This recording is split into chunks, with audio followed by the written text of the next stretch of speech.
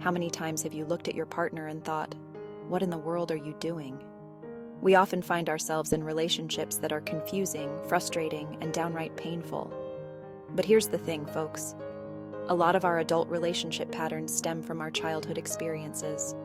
We learn how to love and be loved from our families. And sometimes those lessons aren't exactly the healthiest. That's where Dr. Milan and Kay Yerkovich come in. They've identified 5 distinct love styles that help us understand these patterns. By recognizing these styles in ourselves and our partners, we can start to build more fulfilling and harmonious relationships. Let's talk about the pleaser. These folks, they're all about keeping the peace. They avoid conflict like the plague, and they'll bend over backwards to make their partner happy, even if it means sacrificing their own needs. Now, on the surface, that might sound admirable, but it can create a real imbalance in a relationship. Resentment builds up, and the pleaser can start to feel like they're losing themselves in the process. Their whole world revolves around pleasing their partner because, deep down, they believe their worth is tied to how much they give. This stems from childhood, where maybe their parents were emotionally unavailable or critical, so they learned to earn love by being good. It's not that pleasers don't have needs, they've just learned to suppress them. They're afraid that if they speak up, they'll be rejected or abandoned. So they go along to get along, even if it's eating them up inside. This can lead to a lot of unexpressed anger and frustration, which can manifest in passive-aggressive behavior or even emotional outbursts down the line. Pleasers need to understand that their needs are just as valid as their partners. It's not selfish to express your feelings and desires. It's healthy. Learning to communicate assertively and setting boundaries is crucial for pleasers to break free from this pattern and build a more balanced and fulfilling relationship.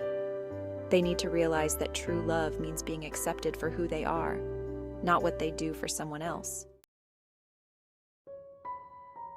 Now, let's dive into the victim. These individuals often struggle with low self-esteem and a sense of helplessness. Their motto is, "Poor me." They tend to get stuck in a cycle of negativity and blame, often feeling like life is happening to them instead of them taking control. They may have experienced neglect or abuse in their childhood, leaving them with deep emotional wounds.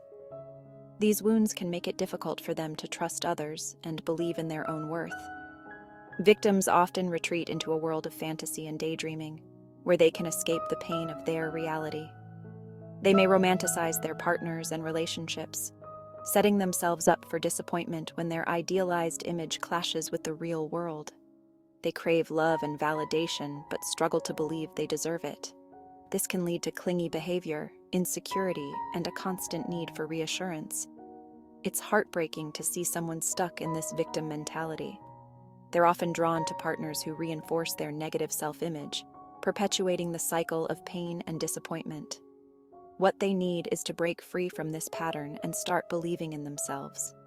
Therapy can be incredibly helpful for victims to process their past traumas, build self-esteem, and learn healthy coping mechanisms. They need to recognize that they have the power to create a better life for themselves and that they deserve to be treated with respect and love. Let's move on to the controller. These folks, they like to be in charge. They have a plan, and they expect everyone to follow it.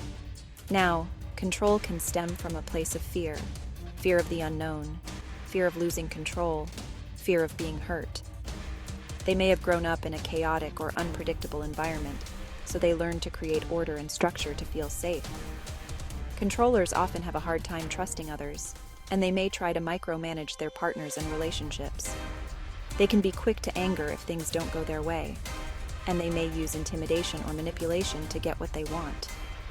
This can create a lot of tension and conflict in a relationship, leaving their partner feeling suffocated and resentful. The key for controllers is to learn to let go of the reins a little bit. They need to understand that they can't control everything and everybody. It's about finding a balance between structure and flexibility, between asserting their needs and respecting their partner's autonomy. Learning to trust their partner and communicate their needs in a healthy way is essential for controllers to create a more harmonious and fulfilling relationship. Now, the vacillator. These folks are all over the place emotionally. One minute they're up, the next they're down. It's a roller coaster ride, and their partners often feel like they're hanging on for dear life. Vacillators are incredibly sensitive, and they experience emotions very intensely. They may have grown up in an environment where their emotions were dismissed or invalidated, so they learned to suppress them.